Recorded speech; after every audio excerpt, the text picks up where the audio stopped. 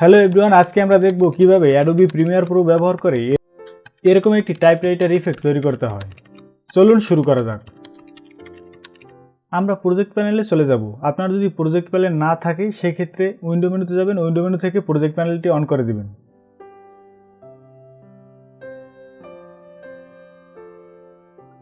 এখন আমরা প্রজেক্ট প্যানেলে রাইট বাটন ক্লিক করে নিউ আইটেমে যাব। সেখান থেকে সিকোয়েন্স থেকে একটি নিউ সিকোয়েন্স নিব। এখন আমরা টেক্সট আইকনে ক্লিক করব।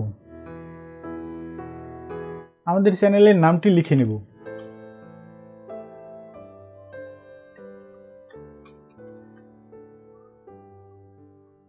দেন আমরা চলে যাব এজেন্সিয়াল গ্রাফিক্সে। আপনার যদি এজেন্সিয়াল গ্রাফিক্স না থেকে থাকে সেক্ষেত্রে উইন্ডো মেনুতে যাবেন, উইন্ডো মেনু থেকে এজেন্সিয়াল গ্রাফিক্সটি অন করে দিবেন।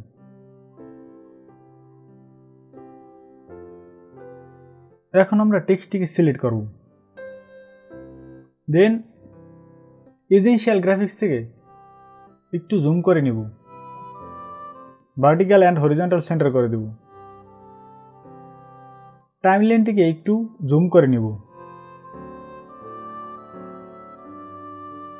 এখন চলে যাব ইফেক্ট কন্ট্রোলে। আপনার যদি ইফেক্ট কন্ট্রোল না থেকে থাকে সেক্ষেত্রে উইন্ডো মেনুতে যাবেন, উইন্ডো মেনু থেকে ইফেক্ট কন্ট্রোলটি অন করে দেবেন। দেন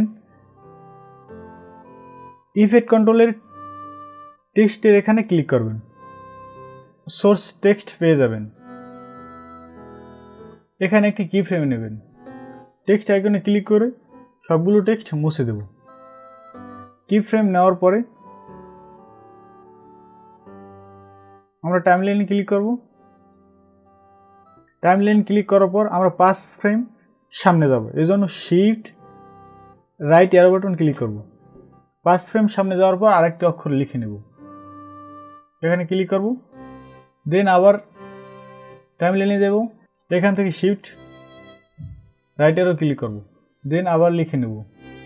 টাইমলাইনের আপনারা উপরে ক্লিক করে টাইমলাইনটা জাস্ট সিলেক্ট করবেন। সিলেক্ট করার পরে শিফট রাইট অ্যারো ক্লিক করবেন, সামনে 5 ফ্রেম চলে আসছে, আবার লিখবেন। দেন আবার টাইমলাইন সিলেক্ট করবেন, দেন শিফট রাইট অ্যারো, দেন আবার এখান থেকে লিখে নেবেন। এরকমভাবে একটি একটি করে অক্ষর লিখে নেবেন।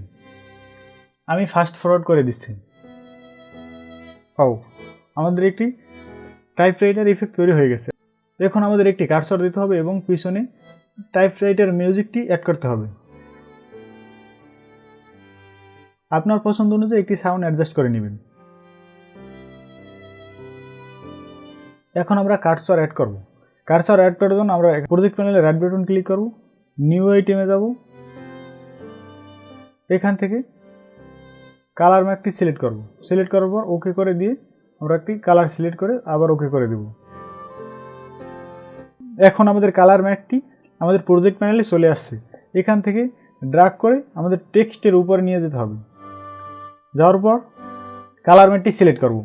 সিলেক্ট করার পর আমরা চলে যাব ইফেক্ট কন্ট্রোলে। ইফেক্ট কন্ট্রোল থেকে ইউনিফর্ম স্কেলের টিক মার্কটি তুলে দেব। আমরা হাইটটা আমাদের টেক্সট অনুযায়ী নিয়ে নেব অ্যান্ড হোয়াইটটা একেবারে ছোট করে দেব। আমরা এখান থেকে 0.3 নিয়ে নেব। এখন পজিশনে যাব। পজিশন থেকে আমাদের লেখাটা সামনে দিয়ে দেব। একেবারে শুরুতে চলে যাব, এখানে আমরা একটা কি ফ্রেম নেব। নেওয়ার পর একটা লেটার সামনে যাব। দেন আমাদের কার্সরটির পজিশনটি চেঞ্জ করব। দেন আবার একটু সামনে যাব। দেন আমাদের পজিশনটি চেঞ্জ করব। আমরা আবার যাব।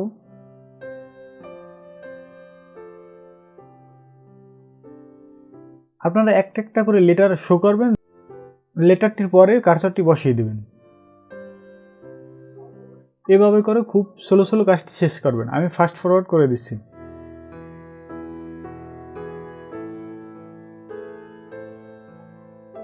এখন যদি আমরা একটু প্লে করি,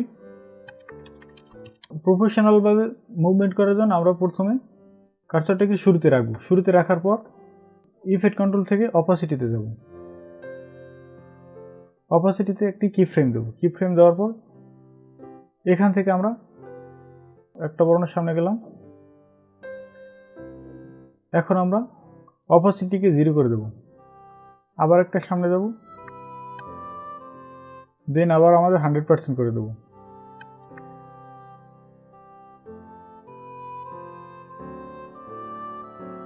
আমি ফাস্ট ফরওয়ার্ড করে দিলাম, আপনারা একটি একটি করে লেটার কভার করবেন।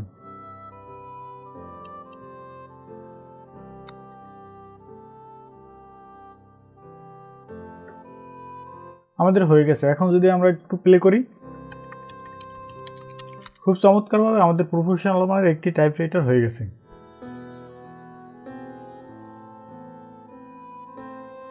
আপনি যদি এরকম নিত্য নতুন অ্যাডোবি প্রিমিয়ার প্রোর টিপস অ্যান্ড ট্রিক্স পেতে চান, অবশ্যই আমাদের চ্যানেলটি সাবস্ক্রাইব করুন এবং পাশে থাকা বেল আইকনটি ক্লিক করে দিন।